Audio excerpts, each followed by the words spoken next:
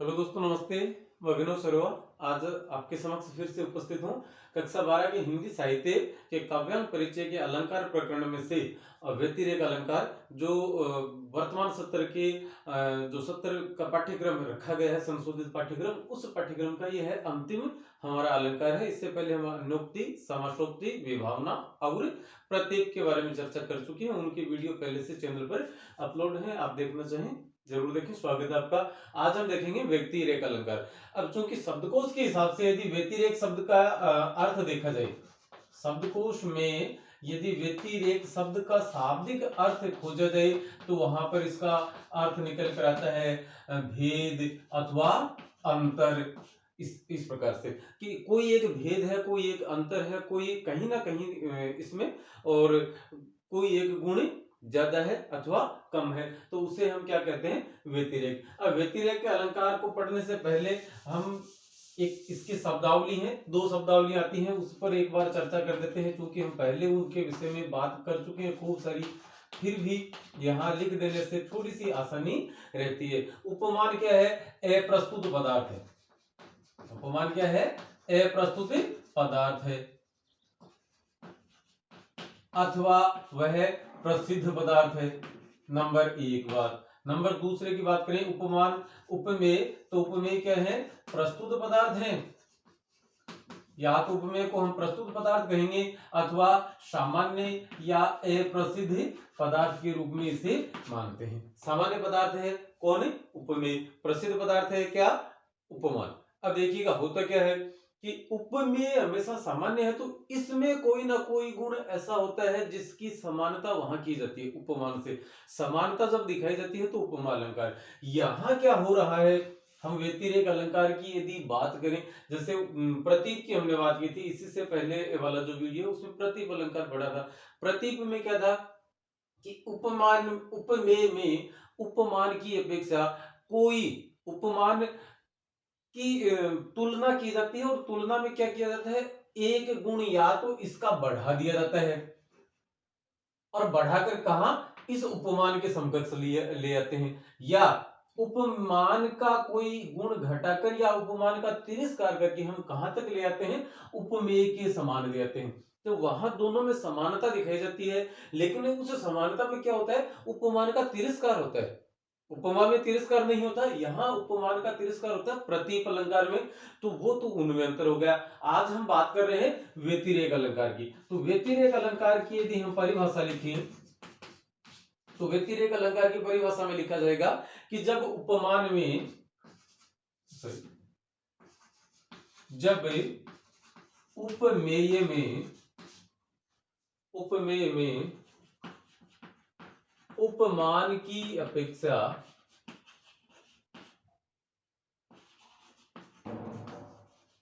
कोई एक गुण, कोई एक गुण ज्यादा बताया जाता है, ज्यादा बताया जाता है, तो वहां व्यतिरेक व्यतिरेक अलंकार माना जाता है। तो वहां व्यतिरेक अलंकार माना जाता है। कहने का तात्पर्य है कि प्रतीक में क्या किया जाता है? इसको बढ़ाकर वहां तक लेके जाया जाता है जानबूझकर। वो प्रायोजित कह सकते हैं उसे उसे वह प्रायोजित मामला है, प्री प्लान्ड जिसे हम कह सकते हैं। लेकिन यहाँ क्या है कि सब समान है, सब समान है, लेकिन कोई एक ऐसा गुण है, कोई एक ऐसा तत्व है जिस तत्व की अधिकता है किसमें? उपमेय में। किसकी वनस्पति, किसके बजाय? उपमान के बजाय। उपमान में जो गुण है वो सारे के सारे उपमेय में भी हैं, लेकिन उपमेय में कहीं ना कहीं एक गुण और ज्यादा वहां उसमें प्रस्तुत किया जाता है काव्य रचनाकार कृति के द्वारा अथवा रचनाकार के द्वारा। जैसे हम इसका उदाहरण एक लिखें तो निज परिताप, जैसे हम लिखेंगे निज परिताप द्रव्य नवनीता निज परिताप द्रव्य नवनीता पर दुख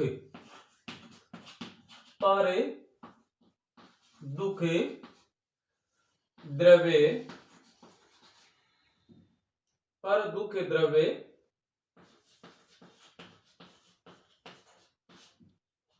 दुख द्रव्य सुसंत पुनीता पर दुख द्रव्य सुसंत पुनीता। अर्थात कि निज परिताप द्रव्य नवनीता, नवनीता जैसे घी को कहा जाता है कि वह अपने ही परिताप से, अपने ही गुण के कारण से वह द्रवित हो जाता है, पिघल जाता है। लेकिन सुसंत मतलब सज्जन व्यक्ति, साधु पुरुष का यह गुण है कि वह पराये दूसरे, वह पराये के दुख को देख कर या उसे उसके बारे में जानकर द्रवित हो जाता है। तो यह एक गुण कि दूसरे के दुख को देखकर, दूसरे के दुख के बारे में जानकर और कोई सज्जन व्यक्ति है वह द्रवित हो जाता है, वह भावुक हो जाता है। यह किसी सज्जन व्यक्ति का घी की अपेक्षा एक अधिक गुण माना जा सकता है, इसलिए इस पद में व्यतिरेक अलंकार माना जाएगा। जैसे एक और है, साधु ऊंचे सैल सम, साधु ऊंचे सैल सम किंतु प्रकृति सुकुमार, प्रकृति सुकुमार कि साधु व्यक्ति हैं वे भी, जो सज्जन पुरुष हैं वे भी शैल, शैल का अर्थ होता है पर्वत। वैसे तो शैल का शाब्दिक अर्थ तो चट्टान के रूप में आता है कि साधु ऊंचे शैल सम किंतु प्रकृति सुकुमार, कि साधु पुरुष है, सज्जन व्यक्ति जो है, सज्जन पुरुष जो है वो भी पर्वत की तरह से उच्च कोटि के हैं, ऊंचे गुण वाले हैं, ऊंचे हैं। कैसे? कद में नहीं बल्कि अपने गुणों की वजह से वे बहुत ऊंचे हैं, पर्वत के समान हैं। किंतु प्रकृति सुकुमार, लेकिन सज्जन व्यक्ति में शैल से एक गुण अधिक है, पर्वत से एक गुण अधिक है कि पर्वत की प्रकृति कठोर होती है और सज्जन पुरुष की प्रकृति सुकुमार होती है अथवा कोमल मानी जाती है। इसलिए कोमल प्रकृति का होने की वजह से उसमें एक नया गुण है जो गुण उपमान में नहीं है। उपमान में वह गुण न होने की वजह से और यहाँ क्या माना जाएगा? व्यतिरेक अलंकार माना जाएगा। उपमेय कहीं ना कहीं उपमान से एक गुण अधिक लिए बैठा है, अतः इसलिए।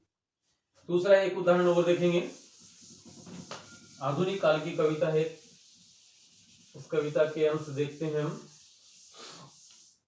जैसे कल्पना करते हैं हम स्वर्ग में जिनके होने की, कल्पना करते हैं हम, कल्पना करते हैं हम स्वर्ग में जिनके होने की,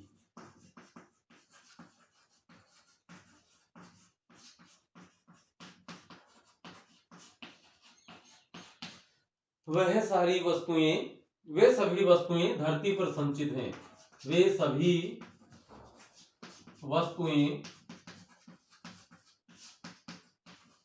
धरती पर संचित हैं, बेचारा वह स्वर्ग, बेचारा वह स्वर्ग धरती के, बेचारा वह स्वर्ग धरती के भ्रष्टाचार से वंचित है।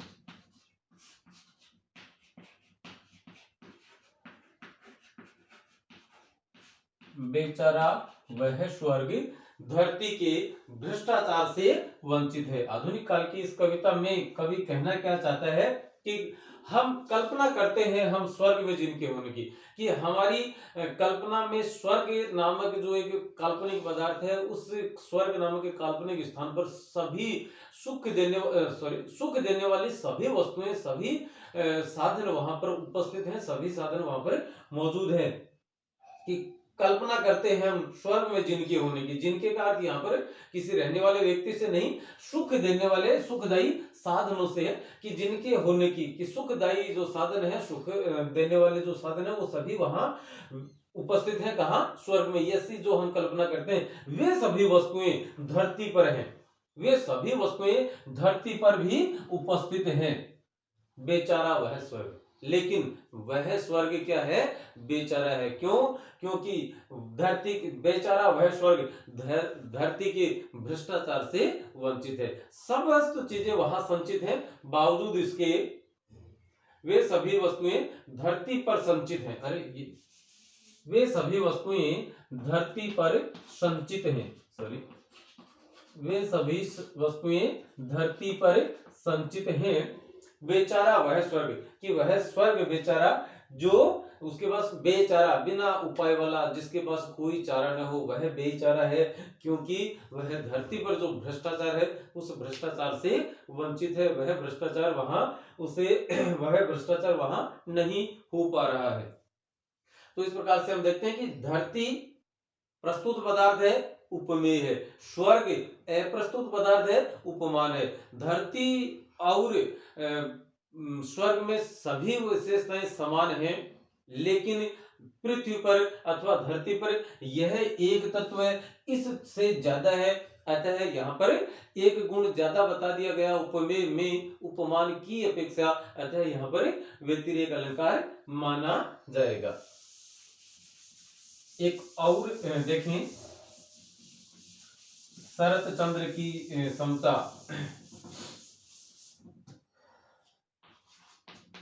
शरत चंद्र की समता चंद्रमुख से है नहीं, सॉरी, चंद्रमुख नहीं, राधामुख से है नहीं, राधामुख से है नहीं। शरत चंद्र की समता राधामुख से है नहीं।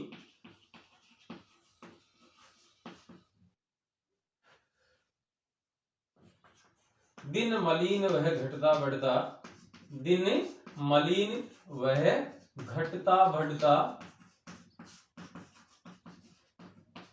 यह विकसित दिन रैन, यह विकसित दिन रैन।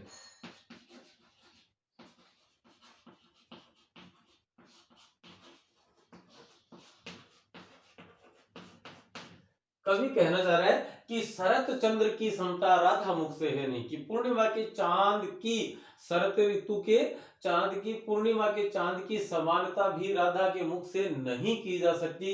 क्योंकि चांद क्या करता है, दिन मलिन, वह दिन में तो मलिन रहता है और वह घटता और बढ़ता भी रहता है। हर 15वें दिन बाद उसका घटना शुरू होता है, हर 15वें दिन पश्चात उसका बढ़ना शुरू होता है। यह घटता बढ़ता रहता है, दिन में मलिन रहता है, छुपा रहता है, और यह विकसित दिन रैन, यह मानी राधा का मुख, और राधा के मुख की खूबसूरती जो सुंदरता है वह दिन रात विकसित होती रहती है, वह बढ़ती रहती है। अतः राधा का मुख जो कि प्रस्तुत पदार्थ है, उपमेय है, चांद जो कि अप्रस्तुत पदार्थ है, उपमान है, की बजाय उसमें एक गुण अधिक है, और वह गुण क्या है कि यह विकसित दिन रैन, यह दिन रात विकसित होता रहता है, लगातार बढ़ता रहता है। तो अतः इस पद में कौन सा अलंकार माना जाएगा, व्यतिरेक अलंकार माना जाएगा। आगे कहते हैं, जैसे एक ये है, मुख मयंक सो है शशि, मुख मयंक सो है सखी,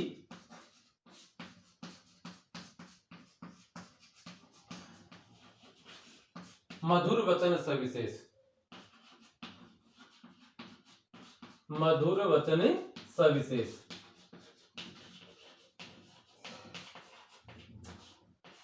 कि हे सखी, तुम्हारा मुख जो है वह मयंक के समान ही है, मयंक के समकक्ष ही है।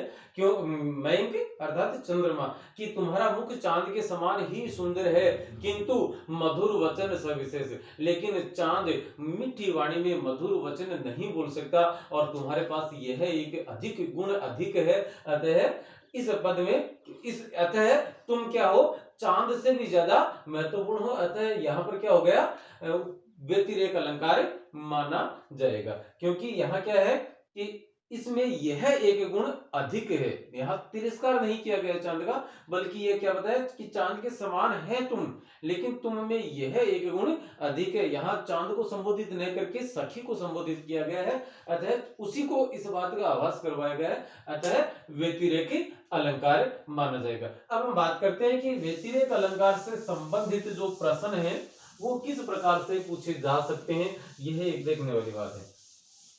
तो पहला प्रश्न, जैसे एबसंध वाले प्रश्न की बात करें तो पूछा जा सकता है कि किस अलंकार में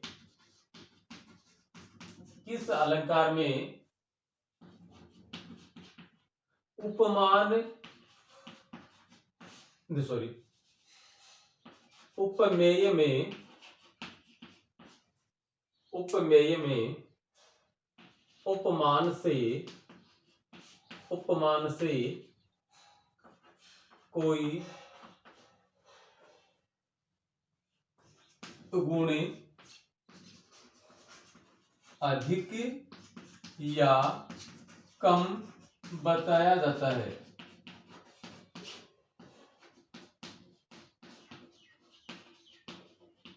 किसमें बताया जाता है कि किस अलंकार में उपमेय में उपमान की बजाय एक गुण कम या अधिक या कम बताया जाता है। तो हमारा जवाब क्या होगा? व्यतिरेक अलंकार। क्योंकि व्यतिरेक अलंकार में ही उपमान से एक गुण या तो ज्यादा है अथवा कम उसमें बताया जा सकता है। दूसरा हम देखेंगे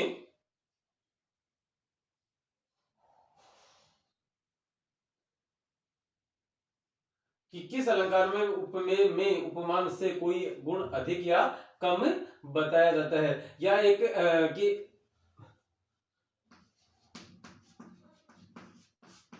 दोनों मतलब उपमान एवं उपमेय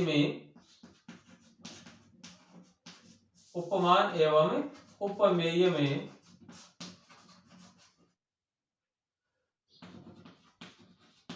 तुलना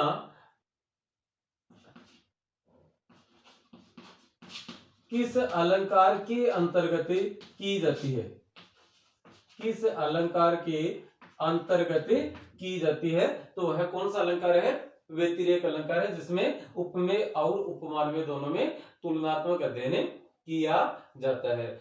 अब एक जैसे हम बात करें तो 4 नंबर का सबसे बड़ा जो 25वें नंबर का प्रश्न होगा हिंदी साहित्य के इतिहास के 3 प्रश्नों वाले पार्ट में भाग द में, वहां क्या पूछा जाएगा कि कोई एक अलंकार का नाम देंगे और उस नाम के साथ पूछा जाएगा कि अमुक अलंकार की उदाहरण सहित व्याख्या कीजिए या उदाहरण सहित समझाइए। तो उदाहरण सहित समझाने का अर्थ क्या होता है कि इसकी परिभाषा, इसके लक्षण, परिभाषा या लक्षण, और इसका एक उदाहरण, एक ऐसा पद। उदाहरण का अर्थ क्या है? एक ऐसा पद जिसमें इस अलंकार के गुण उपस्थित हो, वो वहां हमें और अपने उत्तर पुस्तिका में उसके जवाब में लिखना है। तो इस प्रकार से आज का हमारा व्यतिरेक अलंकार का जो वीडियो है वह पूरा होता है। अगली कक्षा में हम और इन 5 अलंकार को एक ही साथ पूरे बोर्ड के ऊपर एक साथ लिख कर देखेंगे।